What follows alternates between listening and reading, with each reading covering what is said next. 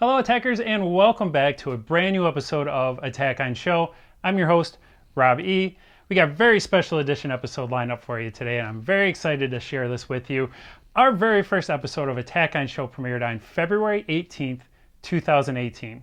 And the reason I created I Miss My MTV is because I wanted a segment to feature bands, to introduce you to new music, and some of my favorite songs that are out there. And our very first I Miss My MTV featured Tender. And I'm excited to bring today's episode, which was filmed exactly 2 years to the date, February 18th, 2020. I know this because that's my birthday. We got to meet Tender, got to get backstage, hang out with them after the show. They did an amazing concert in Chicago. These guys were super awesome, and this is a great interview. I hope you all enjoy. And we've got a brand new music track from them to wrap things up with the I Miss My MTV segment. But before we get to all of that, believe it or not, we still have some movie news, so we need to do a Movie Maniac Minute. So let's get that clock started. With the major success of Netflix's original Extraction starring Chris Hemsworth, of course, there's a sequel now lined up. That's right, Joe Russo has announced that he is preparing a script. No director yet, no word on if Chris Hemsworth will be back. And in other Netflix news, Nicolas Cage has been cast to play the Tiger King himself, Mr. Joe Exotic. It's going to be an 8-part series, so we're going to have to keep an eye out. And in other sequel news, Demolition Man 2 is official. That's right, Sylvester Stallone announced on his Instagram page that they are moving forward with a sequel. Tom Cruise and Elon Musk have joined forces, and they are making plans to film the first movie in outer space. Tom Cruise always wanted to want to push the limits, and I'm excited to see where this goes. Coming off fresh of May the 4th be with you, Taika Waititi has announced that he will be working on a brand new Star Wars film. So we're gonna have to wait and see if this is actually gonna happen, but I would love to see the Thor Ragnarok director take a swing at a Star Wars feature film. Ladies and gentlemen, that's all the time that I got. I hope you enjoyed this Movie Maniac Minute. Please make sure that you click like and subscribe below, tell your friends, and I hope you enjoy this upcoming interview with Tender. Stay tuned. This is Attack on Show.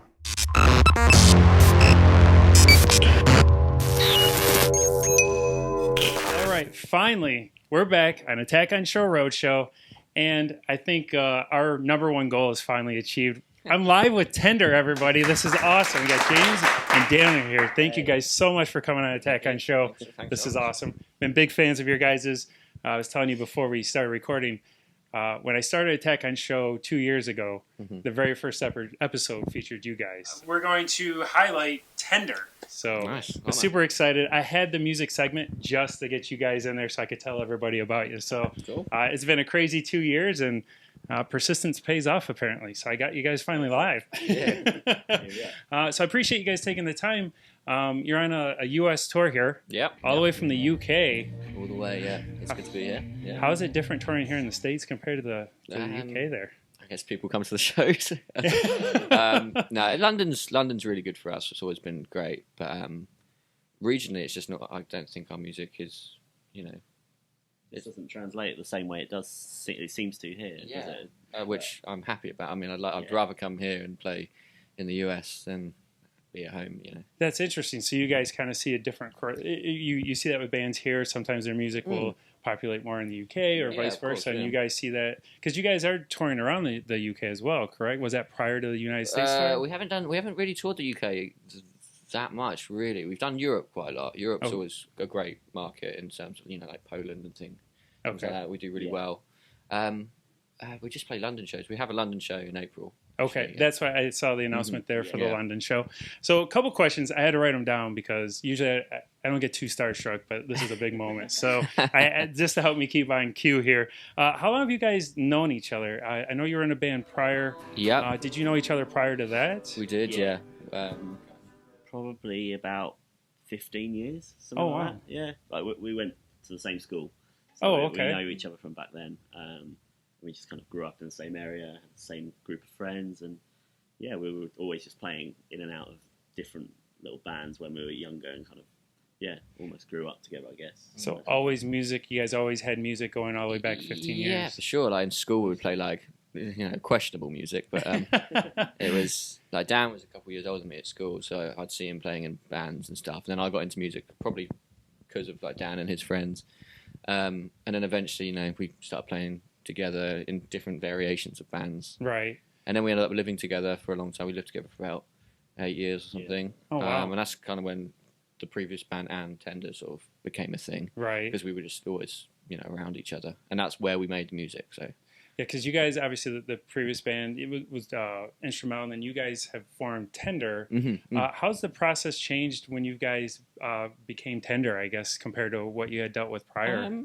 Before, it was more a case of when we'd write songs, it would be, we would mostly get together in a rehearsal room and we'll thrash it out and come out with a song at the end of 3 or 4 hours, whereas in Tender, it's more a case of, it's like a bedroom kind of thing where we just write it on the computer and then just relearn it as a band afterwards. The process is in that sense, but also it's just before we'd have 6 dudes that we'd have to like share each part. We sometimes wrote like we do now, but we'd have to then take it to like the guys and be like, do you like this bit? Do you like this bit? Have to get a committee vote. Basically, yeah. It started to become a bit like, you want to just get a song out or at least be happy with it, and someone's always got something to say. So right. That never happened with me and Dan. So it was always just nice to, if I made something, then I'd be like, Dan, do you like this? He'd be like, yeah. And it's simple as that, It's going for one yes. And then you guys, obviously, you've been playing together so long. Do you guys find that you have that similar taste or style in music that just, when you create something, you kind of know what each other's looking for in a sound? I think the early stuff, we were still sort of finding our feet, I guess, but we've never really had any like disagreements or clashes. We've always sort of just been into the same music, and then I guess as the more we've written together, it's sort of second nature, and it becomes, I guess neither of us are that what's the word, authoritative. Yeah. So kind of like everything is kind of an agreed thing between us. We come to an agreement quite easily on things, whereas like before, like we were saying, with 6 of us, you'd be battling a bit. Yeah. It would take a month to choose an album title, and you'd always then you wouldn't be 100% happy with it because it's not exactly your vision as you imagined it. It's it got so changed throughout the process. Absolutely. That was a painful process. And then Tender here, you kind of touched on it prior. You guys kind of just started this out, like you said, in like your bedroom, or I mean, this is just kind of something you started doing on music or on a computer, coming up with the sounds. Yeah. It was my bedroom back in our old flat in London. Just decided to write slightly different music, try something else and show Dan, and then we put it on the internet straight away, basically, didn't we? Yeah, basically the same day. Right on the internet. Yeah. And then, like 2 days later, one of our songs was just on the front page of Reddit, and so then it just really snowballed. Which one was that? It was Armour. Armour. Okay. Which was the second, because we wrote Legion first, and then put that up, and then I think it was literally the day or the day after that. 2 days after, we did Armour in like a day, and then put that up. And it went. That's when it started. So. No, the internet's an amazing thing. I mean, you see out there, it's when you talk about movies and music, it's a great way to get your platform out there, but it also saturates the market so much. Of course, it's really hard. And you guys, I think, is a great story because I mean, Tender was formed. You guys formed this. Was it 4 or 5 years ago? Late 2015. So late 2015. I mean, just a short period of time. You guys now 3 EPs, 2 albums. Yeah. New music coming out now. We just had 6 in the morning, which is amazing. But you guys, it's just been a whirlwind the last few years for you guys. It has, yeah. I mean, we've gone from, just working retail jobs and things like that to like working, just doing this now for a living, which is by no means are we like astronomically famous or anything, but it's great. Any being able to make any money from music is incredible. The escalation you guys are making, I mean, it's a matter of time. You just got the YouTube award. I saw that. That was getting some subscribers on there. It's doing well. It's pretty cool. Still working on mine. So no. You'll get it. No. So, what kind of music influences did you guys have? Like, what kind of has helped guide you, or any music bands and stuff that you listened to prior that kind of help influence your sound? We always we're a guitar band before. It was quite hard to sort of pick an influence that's similar to us. It was always bands like The National and War on Drugs. Great band, bands like that. The guitar bands aren't necessarily like what we sound like. But, right. But there are some. I guess like Jungle, bands like Jungle, Tame Impala. Jungle's a good band, Justice and Justice, yeah. No, and that's people always ask me when I tell them about you guys, and then they always ask me, well, what kind of music are they? How do you describe your style of music to people? I honestly still struggle, especially when it's somebody who is a little bit older as well. Like someone's parents are like, "What do you sound like?" Or in a shop, you see someone like, "What do you sound like?" Yeah, it's really hard. It's kind of like indie, dark electronic pop, indie. That sort of thing. That's kind of so vague, isn't it? But I guess that's what kind of helps the music stick out in some kind of dark way. is definitely the way of it's dark and down tempo. Some deep lyrics, that's the main. I always try to say electronic, like alternative indie style, but then people think it's like a rave party when you say electronic, and it's like no, but it's good. It's kind of like dark, sexy stuff, isn't it? I guess. Yes, dark, sexy stuff. That's a great way.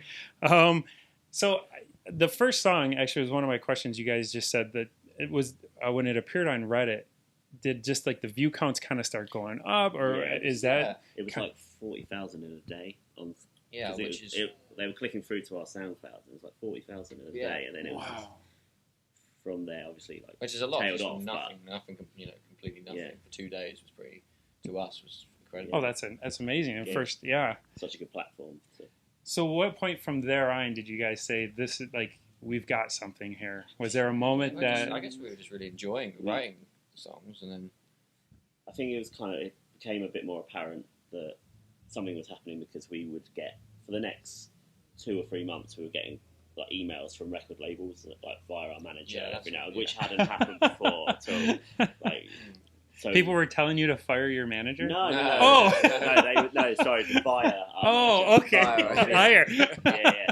Well, maybe. They were just emailing him, but like record label was actually contacting us for once, so that was kind of whoa. Yeah, we'd never really had interests like that before, so that's what was weird at first. It's a bit strange that people. When was the idea? Just you wanted to kind of make some music, throw it out there, and just kind of have fun. We didn't have any like preconceptions. We didn't really know. No grand plan. Not really. I mean, we've always wanted to do music, but right. Yeah, you never know. You just sort of do it for the fun of it because we love doing it, and then it's obviously great when people like it as well. No, it's definitely. I mean, the reception's obviously there because, like you say, your guys' growth in the last few years is just it's amazing to watch, and I always take pride in at least knowing I knew you guys before before the albums came out, and I mean it was literally it was a YouTube. We have a bar in the basement. If you guys come to Detroit, you're more than welcome to come over. Nice, it's the studio that we have at the house. But it's one of those, we're sitting down there just listening to music one night, and Outside came on. And I know that's the first song that it was one of those because I play music through my phone through the setup, and I just reached over, and it was like, man, this song's really good. And then I think it played, is it Nadir? Nadir. Yeah. I always was curious the proper way of pronouncing it, but it was just one after another, and then from there on, I was just hooked, and made a whole playlist, and it was. Your guys' sound is very unique. One of my favorite tracks, since we're talking about Nadir, there's an acoustic version on YouTube. Yeah, did that. That's the only acoustic song by you guys that I can find. Yeah, it is. Did that one day. I don't know why we haven't done any more. Like. I feel like some of the songs are fairly stripped back anyway, and so they're quite sparse. Right. Because realistically, that's one of the most upbeat kind of and quite full on for us at that time as well. There's definitely room to do more acoustic things, but sometimes I feel like an acoustic version has to be completely different and more and make the song as interesting. If it's just like a version with less instruments, it sort of defeats the purpose for me of having. The instruments are there for a reason, Right, exactly. That's the way it was created. Exactly. And as a purpose. This was meant to be like this. But for sure, we'll do some more. I love the original, but I got to tell you, I love that acoustic version. That is one just on repeat. I think we call it the 3 a.m. song. Where did the name Tinder come from for you guys? How did you come up with it? I get asked this all the time. I remember just thinking I really liked that word, and it I can't remember whether the first song we wrote came first or the name came first. I think you mentioned that because we had discussed trying some electronic sounding music, and I remember you saying, "I just want to try something under the name Tender." I was like, "Okay, fair enough." So then the song came on after, the song came after that. But, I guess it almost like that first step like dictated the way the songs kind of went. Okay. Because that word felt like quite soft and gentle. Definitely fits the tone, the style. So I guess it almost I liked the word no frat. I just started writing songs. It worked out. No, I like it. So you guys are touring all over. You know, you're doing the United States tour. Has there been any highlight moments so far crossing over the country, or some things that stood out for you that's been unique to the United States tour? We've had a pretty intense last 3 days. We've travelled most of the country in the last 3 days. It's crazy. Had some fun in Denver, I heard. A little. Denver was a great show, but we got like cut off the mountain and through the Rockies, so we had to like find a way through. It took. And once you get lost out there, it's a little tricky to find your way back. We barely made the show. We thought we were going to have to cancel that show, but we made it. Made it happen. Yeah. I can't think of any highlight. Like, it's all been amazing. Yeah. Obviously. Every show's been great. It's all blurring into one for me at the moment. Yeah. It's so funny. Like, it'll only be it's only once we get back and suddenly just kind of decompress a bit, just sit down and chill, that you can start thinking about, what actually happened, all the different points. Right. But when you're in it, you're just in it. Start to reflect a little bit. A bit of a whirlwind. Yeah, it all happens a bit quick. So, looking forward for you guys on further tours or the other bands that are out there, do you guys have some highlight bands that you would like to collab with, or some people out there that you have in mind that would be someone that you'd be interested in working with? I'd love to work with like Kevin Parker and stuff, but that's like a bit of an upper echelon. Or Justin Vernon. People like that would be incredible, but it's recorded, so when it happens, I can at least say we've got to hear it. Something with Danger Mouse would be good. Danger Mouse, Mouse. He'd be incredible. I can't think of it anymore. It's all aiming a bit high there. Yeah. But, well, you got to aim high. You guys are. Sure. It'll be another year for you. I'm counting. So, so what can we expect down the road here for you guys? We just had 6 in the Morning released. Yeah. Are there more tracks coming out? Yeah, we have another song coming probably March time. I think it is. Yeah. Which we're at the moment we're essentially not sure whether we're working towards a record or anything. We just want to put songs out a little bit like we did in the early days. Okay. We just write songs and then put them out consecutively, so they're fresh. You know, they mean it more. So they're not like 18 months old. By the time you put them out, it's just you've written them within. I mean, 6 in the Morning was written before Christmas, so it's like at 6 in the morning. I don't think I was. I don't think I was up at that time. No, not writing that one. But yeah, I mean, we're going to put out. We've got a bunch of songs lined up ready for the next couple of months. Honestly, the way you guys pump out music, it just blows me away because I love, and I'm not just blowing smoke up you guys here. It's every track you guys come out with, I love as much as the last, and it's amazing at the amount of speed that you're putting them out, and they're all consistently so good. I mean, it's by the time it's like, I start thinking, man, I could really use a new Tender song. You're popping one or two of them out, and it's like you keep the addiction okay. So Modern Addiction was a fitting title for you. There's plenty of songs in the bank ready to go. Yeah. I guess it just works well. It doesn't ever feel like a chore to write the songs. So. Do you write on the road like while not touring, really, or do you feel like that's very much get consumed by the whole process? It's kind of hard to sit down and even think about writing a song. Right. So when you're home, we've got time to just sort of like, collect ourselves and then it's a bit more comfortable to write in your setting. It's kind of hard for me to do. Get the zone out, get the block everything out. And this, you get to focus and enjoy the moment. Yeah, I mean, it's just fun, just with our friends and playing in all these cities. It's good just to think about these songs, not have to focus on writing another one. Right. No, very true. How about, do you guys ever do is there songs out there that you cover for fun or enjoy covering? We don't play a lot of covers. We've started. Anytime somebody tries to play a cover in the rehearsal room, he just gets annoyed. It's like, no covers. No cover. I mean, some of our band just know every song ever, and it's like it only takes one person to start any song, and then everyone will join in. It's like, we're wasting time. We can't even play our own songs. Like, what are we doing? Right. So yeah. No, I prefer your music anyway. Just kind of curious if you guys have fun doing that kind of stuff. I'm a buzzkill. Sorry. Not at all. I don't have any more questions for you guys, but we have an important segment on the show. I don't want to take up too much of your time, but I know you guys are big fans of Attack on Show. So I'm sure you're aware of the 5 questions for attacker status. I got to ask you both here to see if you achieve.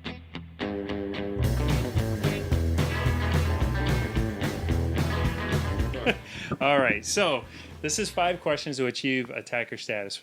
Number 1, what do you guys prefer, American football or English football? We have to say English football. Yeah, I mean, we do love American football actually, but I can't Doesn't turn my compare. back on English football. And we are trying to take American football over to London. We love so it, maybe honestly. it's We love it. We watch a lot of American football. You guys get it. You're 1 for 1. We do have actually some prizes too. I forgot to mention. If we get all 5 of these correct, there is an Attack on Show whiskey tumbler glass Nice. I'll be using that. involved here for you. So these there's a little bit of pressure on the board here. Number 2, you guys are a duo band. There's a lot of duo bands out there. Yep. So I'm going to see which one do you guys prefer between these 2 duo bands. There's Outkast or the Eurythmics. I like Eurythmics. Right, We're split on this? Yeah, I'll go down. They're both really good, so I don't know if there's a loser I'm on not this one. any So so. Oh, fair enough. we're big 80s at the Attack on Show, so The Eurythmics. Sims, you know. All right, number 3. Which is the better drink? There's the Pim's Cup or the Bourbon and Coke?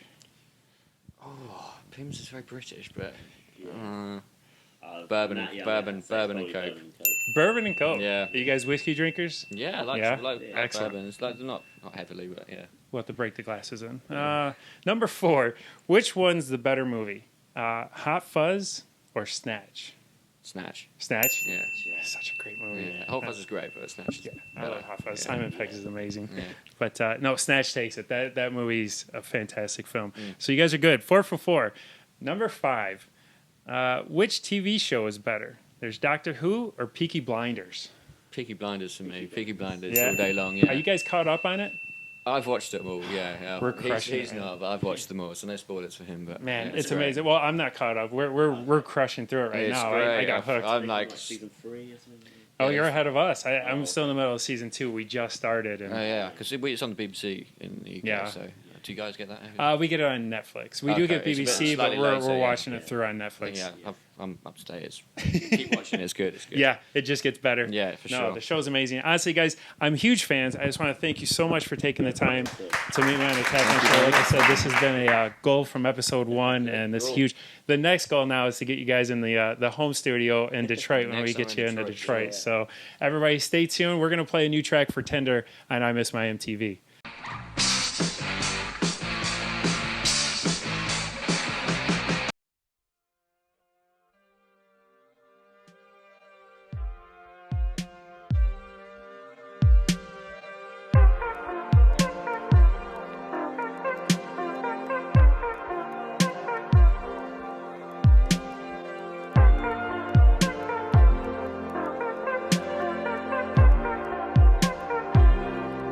Is this really living? 'Cause I can't bring myself to get on with it. I keep dwelling on these things that are out of my control. To stay in bed till midday. I won't say what, got nothing to say. Wrap myself in a duvet and keep myself to